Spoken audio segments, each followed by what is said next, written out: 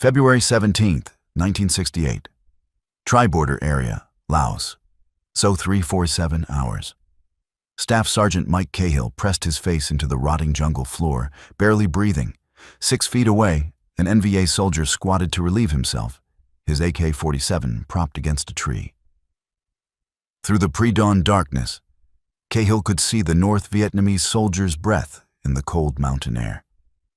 Behind him, 3 more Americans and 6 Montagnard scouts lay frozen in the undergrowth, listening to the sounds of an entire enemy regiment stirring to life around them. They'd been compromised for 11 hours. RT Python, Reconnaissance Team Python, had infiltrated 15 cliques into Laos 3 days earlier with a simple mission: locate and report NVA troop movements along the Ho Chi Minh Trail. What they'd found instead was a nightmare. A forward staging base holding somewhere between 300 and 500 enemy soldiers, positioned to launch a major offensive into South Vietnam's Central Highlands. The NVA soldier finished his business and walked within 3 feet of Cahill's position. The sergeant's thumb rested on his Car-15's safety. 1 click, 1 burst, and RT Python would be dead in 30 seconds, overwhelmed by hundreds of enemy troops. But Cahill didn't fire. None of them did. In his pocket, team leader Captain John Plaster carried coordinates, exact grid references to this entire complex. In the sky above the triple canopy jungle, beyond the range of human hearing, a formation of B-52 stratofortresses was already being redirected from another target. Each bomber carried 108 500-pound bombs. RT Python just had to survive until 600 hours. 2 hours and 13 minutes. Then they'd kill everyone. When MACV-SOG was established in January 1964, the Pentagon brass viewed it with a mixture of curiosity and deep skepticism. The idea seemed straightforward enough on paper. Small, highly trained reconnaissance teams would infiltrate denied territory, Laos, Cambodia, and North Vietnam, to gather intelligence on enemy movements, disrupt supply lines, and call in airstrikes. 12 men against an entire regiment? Marine Corps General Victor Krulak reportedly asked during an early briefing. This isn't warfare, it's suicide with extra steps. He wasn't entirely wrong. MACV-SOG would eventually suffer over 100% casualty rates, meaning every original team member would be killed or wounded, then their replacements would be killed or wounded. But what the skeptics missed was the revolutionary force multiplication these teams represented. Colonel John Singlob, MACV-SOG's chief from 1966 to 1968, described the concept differently. We're not trying to defeat the enemy with 12 men. We're trying to find them, fix them in place, and then drop the entire United States Air Force on their heads. The mathematics were compelling. A single RT, reconnaissance team, cost roughly $50,000 per year to train and equip. An Arc Light Strike B-52 bombing raid cost approximately $250,000 per mission. But if that RT could identify high-value targets and direct those strikes effectively, the return on investment dwarfed anything conventional forces could achieve. Early believers included General William Westmoreland, who saw SOG as the answer to a fundamental problem. How do you fight an enemy who refuses to mass for battle? The North Vietnamese had learned from French mistakes in the First Indochina War. They wouldn't concentrate forces where American firepower could destroy them. They moved at night, dispersed during the day, and melted into the jungle before conventional units could engage. SOG teams can go where divisions cannot. Westmoreland wrote in a classified 1965 memo. They can find what satellites cannot see and deliver destruction that infantry cannot carry. Staff Sergeant Dick Meadows, a founding SOG member, saw it more simply. 12 guys who know what they're doing can cause more chaos than 1,000 guys who don't. The initial SOG volunteers came from Special Forces, Force Recon Marines, Navy SEALs, and Air Force Special Operations. They trained at Camp Long Thon near Saigon, learning skills that seemed pulled from spy novels. Advanced demolitions, cross-border navigation without GPS, encrypted radio procedures, prisoner snatches, and most critically, how to survive when everything went wrong. Because everything always went wrong. Lieutenant Colonel Bob Howard, who would become the most decorated soldier in American history, 5 Distinguished Service Crosses, 8 Purple Hearts, recalled his first mission brief.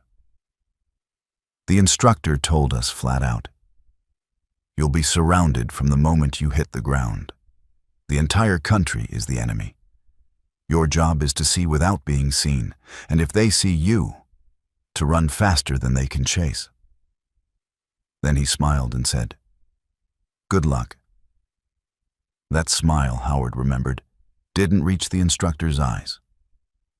MACV-SOG emerged from the Kennedy administration's fascination with counterinsurgency and unconventional warfare. After the Bay of Pigs disaster, JFK became convinced that future conflicts would be won not by conventional armies, but by small, elite units operating in the shadows. The Studies and Observations Group, a deliberately bland name designed to mask its true purpose, began operations under the command of Colonel Clyde Russell. The Studies and Observations cover story suggested a boring administrative unit analyzing data. In reality, SOG answered directly to the Joint Chiefs of Staff, operating outside normal military channels with a classified budget and missions that officially didn't exist. Russell established 3 operational commands.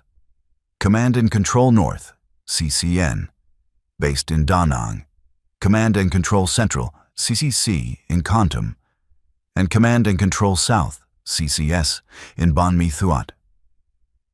Each command controlled multiple recon teams, typically composed of 3 Americans, a team leader, assistant team leader, and radio man, plus 6 to 9 indigenous troops, usually Montagnard tribesmen or South Vietnamese special forces. The Montagnards, called Yards by their American teammates, were the secret weapon. Mountain tribes who'd been fighting Vietnamese lowlanders for centuries. They knew the jungle intimately and hated the North Vietnamese with a passion that made them fearless allies. Master Sergeant Billy Waugh described them as the finest light infantry soldiers I ever served with, and I served with everyone. Training was brutal and realistic. At Long Thon, teams practiced immediate action drills until they could execute them unconscious. If point man spotted enemy, everyone knew exactly what to do within 2 seconds. If ambushed from the left, the right side assaulted while others provided covering fire.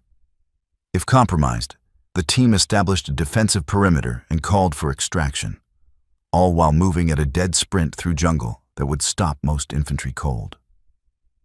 The radio was everything. Without it, a team was already dead.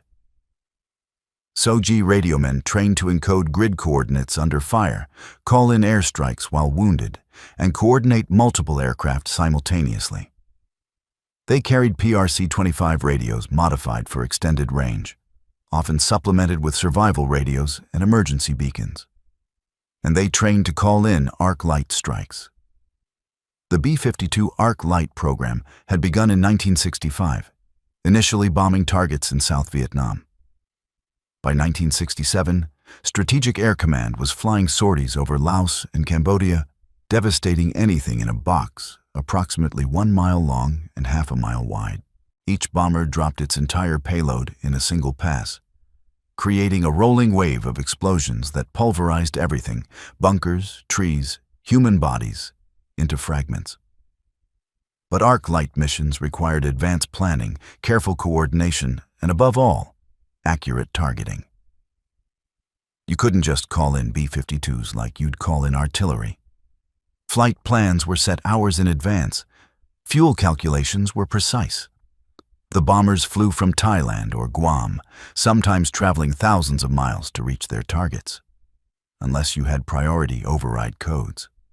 Unless you could prove you'd found something worth killing. unless you were MACV-SOG.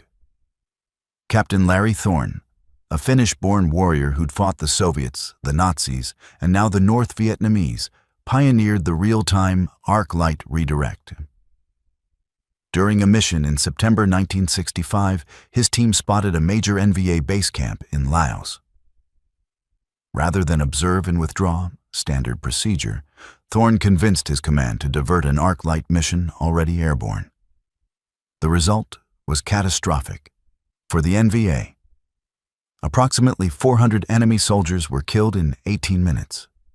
The base camp ceased to exist, and MACV-SOG had discovered its ultimate weapon.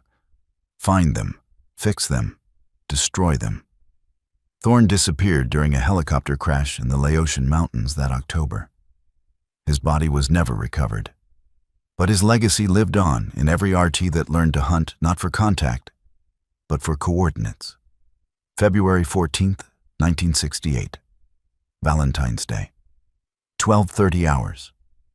RT Python inserted via helicopter into the Laotian panhandle, 3 men American and 6 Montagnards, moving immediately into the jungle before enemy forces could react to the sound of rotor blades. Team leader Captain John Plaster had run 17 previous missions into Laos. He expected this one would be routine. Move 5 clicks north, observe trail activity, report, and extract after 4 days. By 1500 hours, they'd already spotted more NVA soldiers than during his previous 3 missions combined. Something's wrong, Plaster whispered to his 1-0 assistant team leader, Sergeant Mike Cahill. Too many troops, too organized. This isn't trail security, this is a staging operation. They moved carefully northeast, parallel to a major trail artery. Every few hundred meters, they'd spot another group of NVA soldiers, sometimes in pairs, sometimes in squads, once an entire platoon marching in loose formation, all heading in the same direction. By nightfall, they'd recorded 17 separate enemy sightings. Plaster's calculations suggested at least 200 to 300 troops in their immediate area, with more arriving constantly. They established a cold camp, no fires, no talking, rotating security every 2 hours, and waited for dawn. February 15th, 1968. 05:30 hours. The jungle came alive with sound, shouted commands in Vietnamese, equipment rattling, truck engines straining up the trail. Plaster crept to the edge of their position and nearly swallowed his tongue. A base camp, a massive, sprawling complex carved into the jungle with bunkers, supply dumps, command posts, and what looked like regimental-sized formations preparing for movement. Hundreds of soldiers, maybe more. He crawled back to Cahill. "Get the radio. I need Covey." Covey, the forward air controller circling overhead in an O2 Skymaster, responded within minutes. Plaster encoded the coordinates, describing what he was seeing. Multiple hard structures, company-sized formations, heavy weapons positions, supply concentration, estimate 300-500 personnel, request arc light authorization. The radio crackled. RT Python, Covey, stand by for relay. They waited. 1 hour became 2. The sun climbed higher, heating the jungle to a steam bath. Below them, the NVA base continued its preparations. Plaster could see officers studying maps, NCOs organizing supply parties, soldiers cleaning weapons. A major operation was imminent. At 0817 hours, Covey came back. RT Python, arc light approved. Estimated time on target, 0600 tomorrow. Can you maintain position? Plaster looked at his team. They had enough water for 2 more days. Food for 3 if they rationed. And they were sitting 400 meters from an enemy regiment. Affirmative, Covey. We'll paint the target. February 16th, 1968. The day that tested every bit of their training. At 0630 hours, an NVA patrol passed within 20 feet of their position. The team froze, controlling their breathing, willing themselves invisible. The patrol moved on. At 11:15 hours, NVA soldiers began establishing fighting positions on the hillside directly above them. Plaster could hear them digging, cursing the rocky soil, laughing about something he couldn't understand. One soldier literally sat on a log, 5 feet from where the team radio man lay, hidden beneath a deadfall. At 14:45 hours, the Montagnard point man signaled frantically. Patrol approaching from the west. 9 NVA soldiers, moving directly toward their position. There was nowhere to run. Python went to ground, each man selecting his target, thumbs on safeties. The patrol stopped 15 meters away. The leader lit a cigarette. They were taking a break. For 23 minutes, RT Python lay motionless, while 9 enemy soldiers smoked, talked, and urinated, not more than 50 feet away. Plaster's leg cramped viciously. He couldn't move, couldn't adjust position, could barely breathe. Finally, mercifully, the patrol leader field-stripped his cigarette and the group moved on. At 18:47 hours, Covey radioed, "Python, be advised. Arc light mission confirmed. 3 birds, full load. TOT 0600 hours. Recommend you relocate to grid." He read off coordinates 800 meters southeast. Plaster checked his map. 800 meters. Through enemy-controlled jungle, in darkness, without making a sound. "Negative, Covey. Too many Gomers between us and extraction point. We'll shelter in place." "Python, you're danger close to the impact zone." "Understand, Covey. We'll take our chances." February 17th, 1968.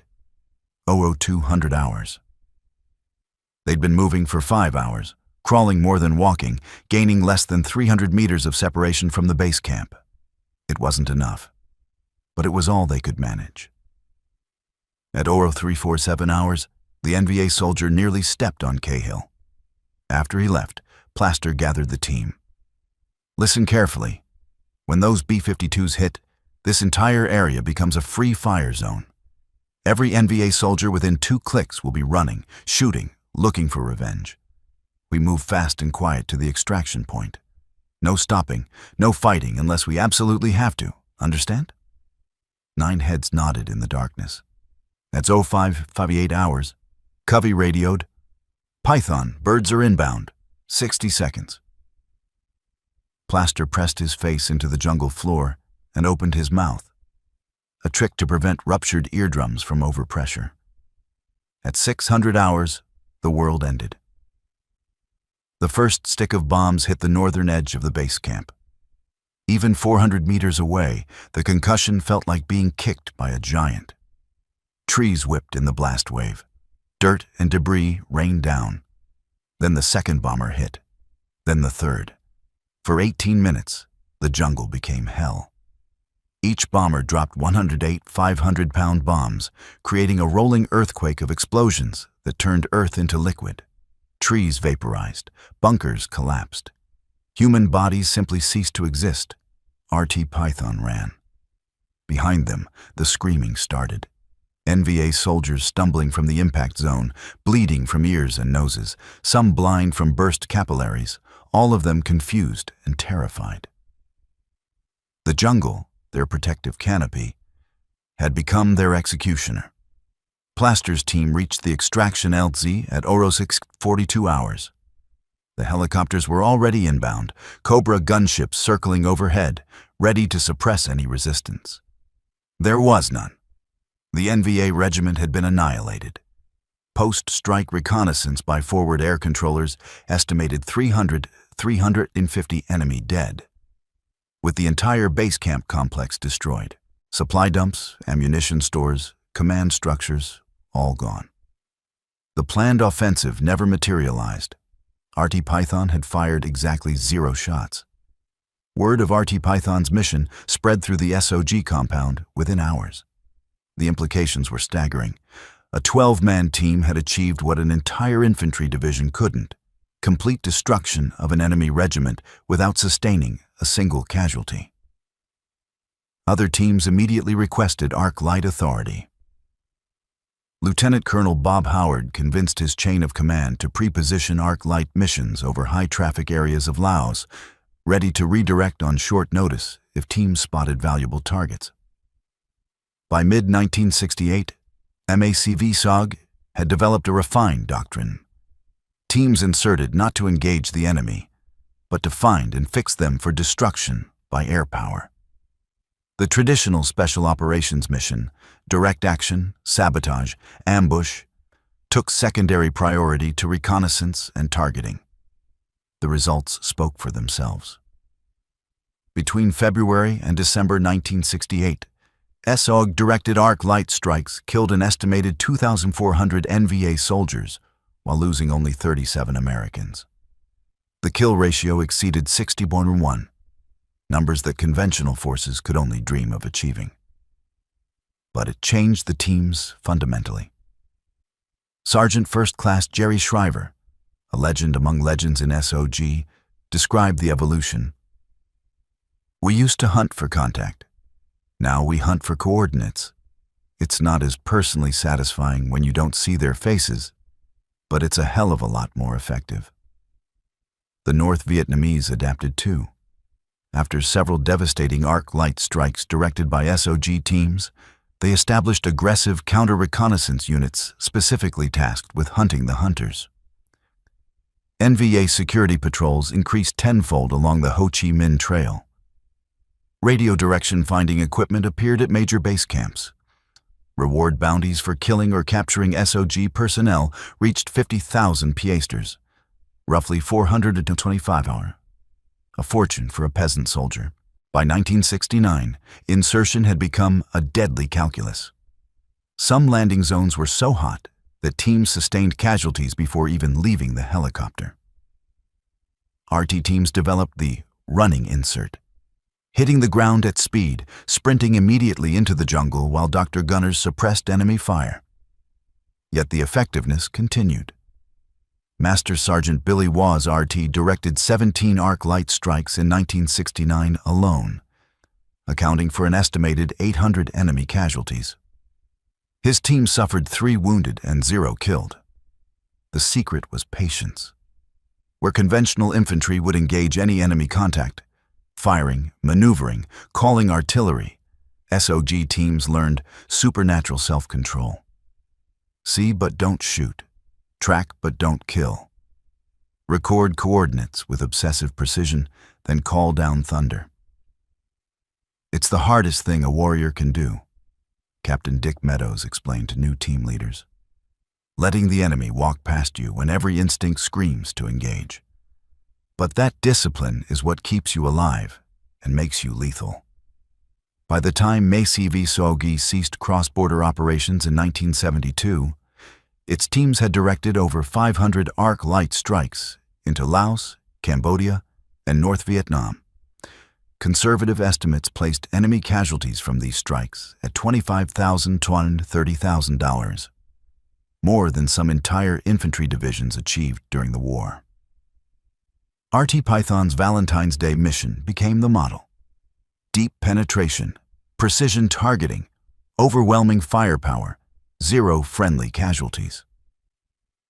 It represented a fundamental shift in how special operations forces thought about their role, not as trigger pullers, but as intelligence gatherers and force multipliers. The lessons influenced everything that came after. Delta Force, SEAL Team 6, and modern Joint Special Operations Command all trace their tactical DNA to MACV-SOG's realization.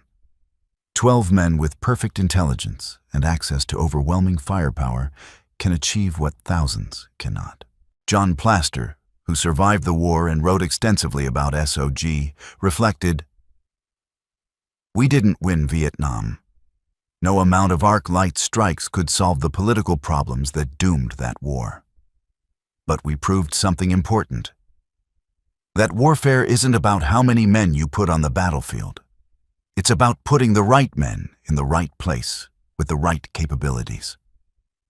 RT Python's mission lasted 72 hours. 9 men infiltrated enemy territory, identified a major threat, directed the destruction of 300-plus enemy soldiers, and extracted without firing a shot. The operation cost approximately $250,000 in munitions and aircraft time. The alternative, a conventional assault on that NVA regiment, would have required at least a battalion of infantry, artillery support, helicopter assets, and medical evacuation capabilities. American casualties would have numbered in the dozens. The operation would have taken days or weeks.